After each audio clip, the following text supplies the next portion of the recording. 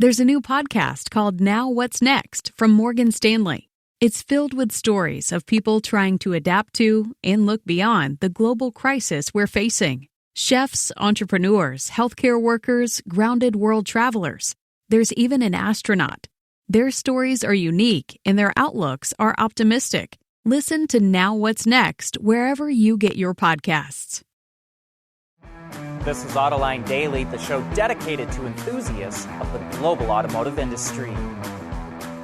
Black-owned media companies in the United States are attacking General Motors for not doing enough business with them. They recently took out full-page ads in several major newspapers calling GM CEO Mary Barra a racist and demanding she give them more business or resign immediately. GM is trying to tiptoe around this issue, but yesterday, media mogul Sean Combs, or P. Diddy or Puff Daddy, joined in. He posted an open letter saying, quote, "If you love us, pay us." GM spends about $3 billion a year on advertising. It will not say how much it spends with black-owned media companies, but promised to raise that to 4% next year and 8% by 2025. That's not good enough for Sean Combs. He says if 15% of a corporation's revenue comes from black customers, then it should spend 15% on black-owned companies. While GM is the first company to be singled out for its media buy, these media companies promise it's an issue they'll raise with all major corporations. The global Autoline stock index did not move much yesterday, up only 0.6%. But Chinese EV companies outperformed everyone else. Li Auto and XPeng led the way with gains of 4% or more. With the exception of BYD, the Chinese EV startups are listed on American stock exchanges, either the New York Stock Exchange or the NASDAQ. And now Reuters reports that Didi, which you could call the Uber of China, is also going to list on an American stock exchange. But why are so many Chinese companies coming to America? There are several reasons, but the main one is access to capital. There is just more access to capital in the U.S. than there is in China. Traditional automakers must place their bets wisely in the switch to electric vehicles. That's according to a new study from KPMG, which says car makers face a big risk in the transition and that by, quote, getting it wrong by 5 years, you go bankrupt. It says global EV sales will make up 24 to 37% of sales by 2030. If EVs reach 30% market share by 2030, that will leave traditional automakers with 40 million ICE vehicles in excess capacity, the equivalent of 200 unneeded plants. It's a tough balancing act for automakers. If they bet too big and too early on EVs, it could risk profits from not having gas-powered models. But if they wait too long to make the transition, they could get left behind. The study predicts that 1 or 2 of the top global automakers will fail to make the switch and that they'll cease to exist within the next decade. Who are you placing your bets on? And speaking of traditional automakers transitioning to an electric future, we've got more details about GM's EV plans. The company has already confirmed that its Factory Zero plant in Michigan will build the Hummer EV truck and SUV, the electric Silverado, and the Cruise Origin autonomous shuttle. And now LMC Automotive forecasts that GM will also build the production version of the Cadillac Celestiq at that plant starting in 2023. LMC also says the first BEV to launch at its Spring Hill plant in Tennessee will be the Cadillac Lyriq next March, and that a D-size Cadillac crossover will go into production in 2024. Could that be an electric Escalade? We'll see. But GM is aiming to sell 1 million BEVs globally by 2025.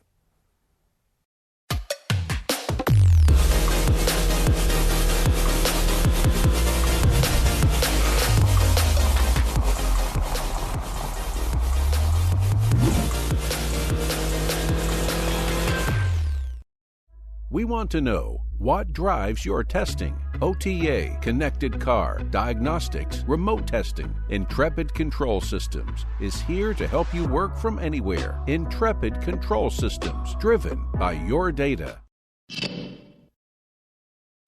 China's best-selling EV, the Hongguang Mini EV, has been so popular, it's getting a new variant called the Macaron. Updates include new colors like avocado green and white peach pink, but also the ability for pretty wild customization. Features that we take for granted are only just being made standard on the Macaron, like a driver airbag, anti-lock brakes, tire pressure monitoring system, and low-speed pedestrian warning. If you wondered how it kept prices for the EV so low before, now you know. The Mini EV is a bit pokey, with a top speed of 100 kilometers an hour, or about 60 miles per hour, and a top range of up to 170 kilometers, or about 105 miles. But it's proved to be very popular with younger buyers, and the new model seems to be very affordable as well. Prices range between roughly $5,700 and $6,650. BMW is helping out others when it comes to image processing. It's publishing an anonymization algorithm, which anyone can get access to, that uses AI to block out or blur certain objects in a picture or video. That ability allows developers to train systems that use things like cameras or robots for image processing. For example, areas in BMW's production plants that contain people are made unrecognizable, so its imaging processing system can make sure the right parts go on the right car. By publishing algorithms and other source codes, BMW helps others will use them, make improvements of their own, then republish that, and then BMW can get access to those improvements as well. Not only does Daimler claim the first automobile, but also the first truck. Founder Gottlieb Daimler invented this back in 1896. What looked like little more than a fruit cart with a two-cylinder engine that made a whopping 4 horsepower linked up to the rear axle via a belt. But people quickly realized how versatile the vehicles were, and changes came fast. In only a few years, engine sizes increased, and beefier springs were fitted on the back for heavier payloads. I think we know how the story goes from here. There's a new podcast called Now What's Next from Morgan Stanley. It's filled with stories of people trying to adapt to and look beyond the global crisis we're facing. Chefs, entrepreneurs, healthcare workers, grounded world travelers. There's even an astronaut. Their stories are unique and their outlooks are optimistic. Listen to Now What's Next wherever you get your podcasts. The world is changing at an ever-increasing pace. No matter what the mode of transportation, there is always the need for an efficient propulsion system. And that's exactly what BorgWarner has been doing since the earliest days of the automotive industry. Automated and autonomous driving are important developments that help make the traffic of the future safer, more efficient, and more comfortable. We are ZF. Traditional automakers don't sell a whole lot of electric cars, at least not yet, but some are doing better than others. And Porsche is doing the best of all. In the U.S. market, over 11% of its sales are battery electrics. Another German luxury maker takes the second spot, Audi. Nearly 8% of what it sells is battery-powered. Then there's a big drop-off to Chevrolet. But thanks to the Bolt EV, 2% of Chevys are electric. Then Ford, Nissan, and Hyundai come in at 1%.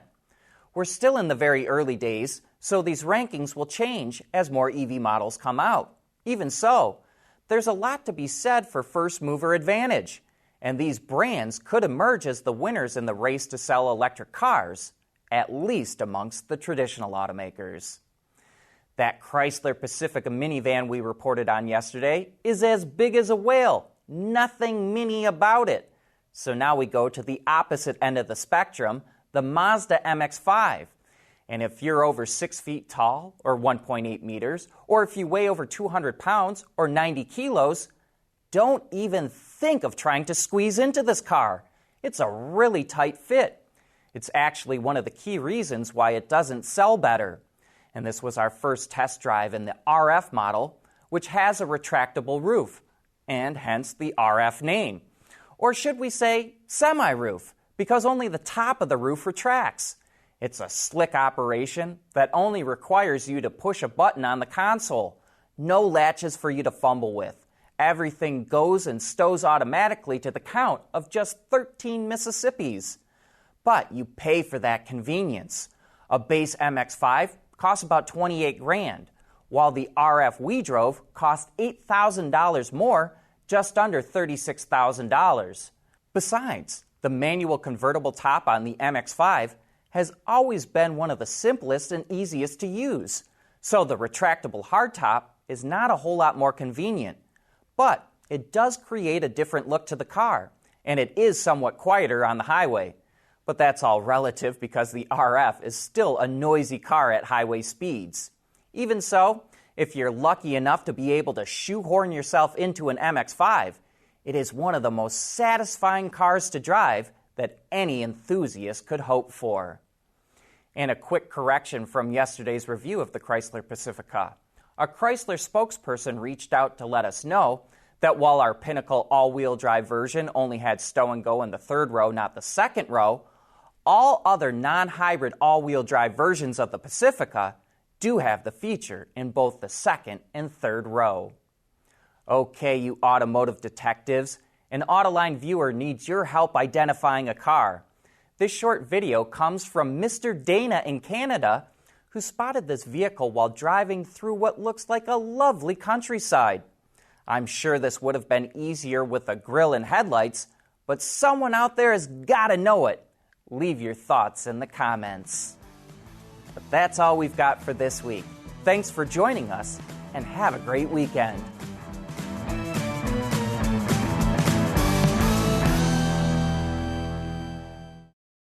Autoline Daily is brought to you by Bridgestone, solutions for your journey. Intrepid Control Systems, over-the-air engineering, boost your game. Borg Warner, propulsion solutions that support a clean, energy-efficient world. And by ZF. ZF, driving intelligence for software-defined vehicles and transforming next-generation mobility. Wards is the industry leader for news, data, and analysis. That's why companies across the globe subscribe to our premium service, maybe even your own. Log in for subscriber access now. Check your company's intranet for details, and rely on wardsauto.com to keep you informed. This episode is sponsored by Now What's Next, a Morgan Stanley podcast that helps make sense of life after the pandemic. Host Sonari Glinton talks with people about how they are rethinking age-old assumptions and finding new opportunities. Now, what's next? There's a new podcast called Now What's Next from Morgan Stanley. It's filled with stories of people trying to adapt to and look beyond the global crisis we're facing. Chefs, entrepreneurs, healthcare workers, grounded world travelers. There's even an astronaut. Their stories are unique and their outlooks are optimistic. Listen to Now What's Next wherever you get your podcasts.